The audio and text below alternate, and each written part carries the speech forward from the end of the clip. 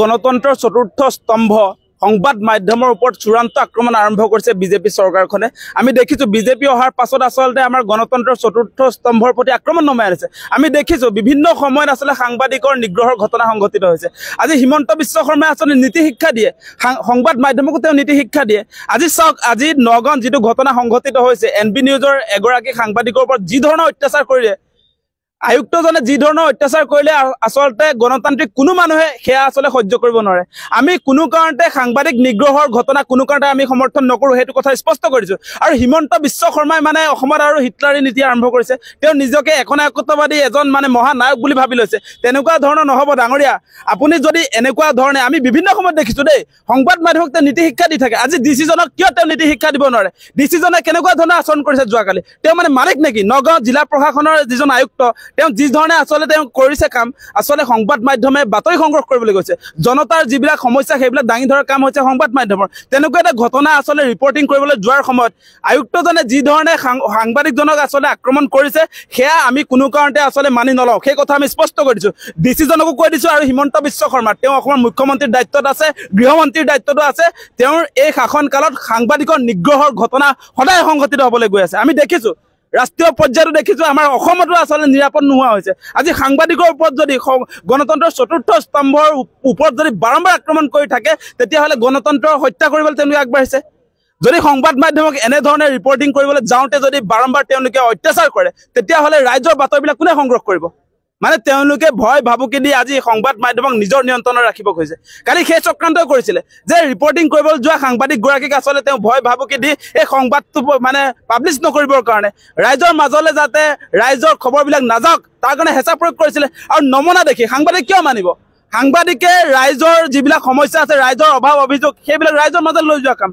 গতিকে এনেকুৱা ধৰণে আয়ুক্তজনে যি ধৰণে অত্যাচাৰ কৰিলে, সেয়া আমি কঠোৰ ভাষাৰে কৃষক মুক্তি সংগ্ৰাম সমিতিয়ে নিন্দা কৰিছোঁ। আমি কোনো কাৰণতে এনেকুৱা সাংবাদিকৰ নিগ্ৰহৰ ঘটনা মানি নলওঁ। ইয়াৰ বিৰুদ্ধে আমি প্ৰতিবাদ হ'ব। আজি আমি সিদ্ধান্ত ল'ম সংগঠনৰ মজিয়াত, ইয়াৰ বিৰুদ্ধে আমি তীব্ৰ গণতান্ত্ৰিক প্ৰতিবাদ কৰিবলৈ বাধ্য হ'ম। যোৱাকালি নগাঁও জিলা আয়ুক্তৰ কাৰ্যালয়ৰ ভিতৰত গুৱাহাটীৰ জ্যেষ্ঠ সাংবাদিক NB নিউজৰ বৰ্তমানৰ এগৰাকী সাংবাদিক দীপাংকৰ মেধি ডাঙৰীয়াক যি ধৰণে খুদ জিলা আয়ুক্তগৰাকীয়ে শাৰীৰিকভাৱে প্ৰহাৰ কৰিলে, তেখেতক অপদস্থ কৰিলে, এই ঘটনাটো গণতন্ত্ৰৰ কাৰণে কেৱল গৰিহণাৰ যোগ্য নহয়, আচলতে গণতান্ত্ৰিক ব্যৱস্থাৰ প্ৰতি এটা ভয়াৱহ ইংগিত। আমি দেখিছোঁ যে বিভিন্ন সময়ত সাংবাদিক নিগ্ৰহৰ ঘটনা সংঘটিত হয়, বিভিন্ন সময়ত সাংবাদিকৰ ওপৰত বিভিন্ন দুষ্কৃতিকাৰী আক্ৰমণ কৰে, বা বিভিন্ন ধৰণে বিভিন্ন ব্যক্তিয়ে বিভিন্ন সময়ত সাংবাদিকক লক্ষ্য কৰি লয়। গণতন্ত্ৰৰ চতুৰ্থ স্তম্ভৰ সবল কণ্ঠ বা কলমৰ ধাৰ বা গণতান্ত্ৰিক ব্যৱস্থাত সবল এগৰাকী সাংবাদিকৰ যুক্তি, এই কথা বতৰাবিলাকে বহুতৰ হান্দখোৱা বালিত তল যায়। সেয়া ৰাজনৈতিক নেতা হওক বা ব্যৱসায়ী হওক, সেয়া দুৰ্নীতিগ্ৰস্ত চৰকাৰী বিষয়া হওক, যোনেই নহওক লাগিলে। গতিকে এই ক্ষেত্ৰত সাংবাদিকক সততা টাৰ্গেট কৰিলে আমি দেখিছোঁ। কিন্তু পূৰ্বৰ অসমত সংঘটিত আটাইবিলাক ঘটনা চেৰ পেলাই খুদ জিলা আয়ুক্তই নিজৰ কাৰ্যালয়ৰ ভিতৰত দীপাংকৰ মেধিক যি ধৰণে আক্ৰমণ কৰিলে, এই ঘটনাটো কেতিয়াও মানি ল'ব পৰা ঘটনা নহয়। এই ঘটনাটো অসমৰ ইতিহাসত এতিয়ালৈকে যিমান সাংবাদিক নিগ্ৰহৰ ঘটনা হ'ল, সকলো ঘটনাতকৈ শ্ৰেষ্ঠ আৰু সকলো সাংবাদিক নিগ্ৰহৰ ঘটনাতকৈ জঘন্য কাণ্ড ঘটিছে। গতিকে এই ক্ষেত্ৰত বৰ্তমানলৈকে মুখ্যমন্ত্ৰীগৰাকীয়ে কোনো ধৰণৰ প্ৰতিক্ৰিয়া প্ৰকাশ নকৰাটো আমাৰ ৰাজ্যখনৰ প্ৰতি, গণতন্ত্ৰৰ প্ৰতি চূড়ান্ত ভাবুকি। আমি ক'ব বিচাৰিছোঁ যে এই যে জিলা আয়ুক্তগৰাকীয়ে যে সাংবাদিকগৰাকী আক্ৰমণ কৰিলে, এই ঘটনাটো চৰকাৰৰ এটা ডিজাইন নেকি? মুখ্যমন্ত্ৰীগৰাকীয়ে যোৱাকালিৰ পৰা কোনো ধৰণৰ প্ৰতিক্ৰিয়া প্ৰকাশ নকৰাটোৱে কি সূচাইছে?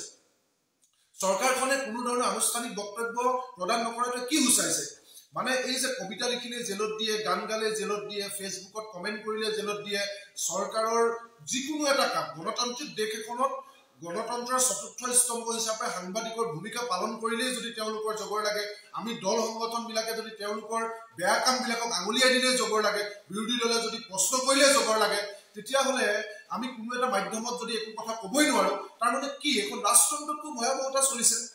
ৰজাৰ দিনতো অন্ততঃ এনেকুৱা কিছুমান ৰাজদৰবাৰ বহিছিল, তাত কিছু কথা বতৰা আলোচনা হৈছিল। এতিয়া হিমন্ত বিশ্ব শৰ্মা ৰজাতকৈ ওপৰত গুচি গ'ল নেকি?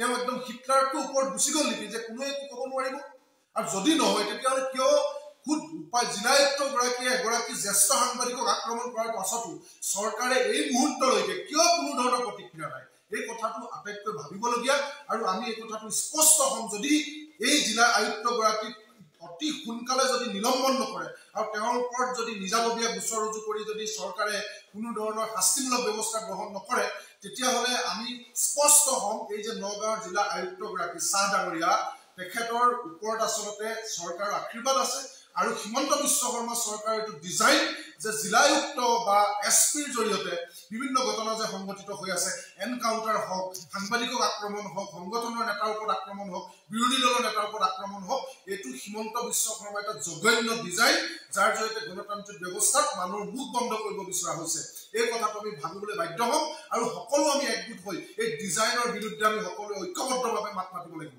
কিন্তু মূল কথাটো হৈছে অনতি বিলম্বে আজিৰ ভিতৰত নগাঁৱৰ জিলা আয়ুক্তগৰাকীক ছাছপেণ্ড কৰক আৰু তেখেতৰ ওপৰত শাস্তিমূলক ব্যৱস্থা গ্ৰহণ কৰক নিজাববীয়াকৈ গোচৰ ৰুজু কৰক কাৰণ এগৰাকী সাংবাদিকক নিজৰ কাৰ্যালয়ৰ ভিতৰত এই জঘন্য কাণ্ড সংঘটিত হৈছে যে এনেকৈ অপদস্থ কৰিছে মাৰপিট কৰিছে এই কথাটো আমি কিছু সময় বাদ চালো যে মুখ্যমন্ত্ৰীয়ে কিবা ব্যৱস্থা লয় নেকি কাৰণ তেওঁ সততে সকলো বিষয়ৰ ওপৰত তেওঁ প্ৰতিক্ৰিয়া প্ৰকাশ কৰে তেওঁ গৃহমন্ত্ৰীৰ দায়িত্বত আছে কিন্তু এই মুহূৰ্তলৈকে কোনো ধৰণৰ প্ৰতিক্ৰিয়া প্ৰকাশ নকৰা ঘটনাটো আমি স্পষ্ট হৈছো এনেকুৱা ধৰণৰ এটা ডিজাইন আনি সকলোকে আক্ৰমণ কৰি মাত মতা মানুহক আক্ৰমণ কৰি স্পষ্টবাদী মানুহক আক্ৰমণ কৰি এটা নেৰেটিভ সৃষ্টি কৰিব বিচৰা হৈছে যে আমি নাচ দিলে চাব লাগিব আৰু ঘুষ দিলে খাব লাগিব চৰকাৰে যদি তাকে নকৰে তেতিয়াহ'লে তোমালোকক এনেকৈ ডাইৰেক্ট পোনপটীয়া আক্ৰমণ কৰা হ'ব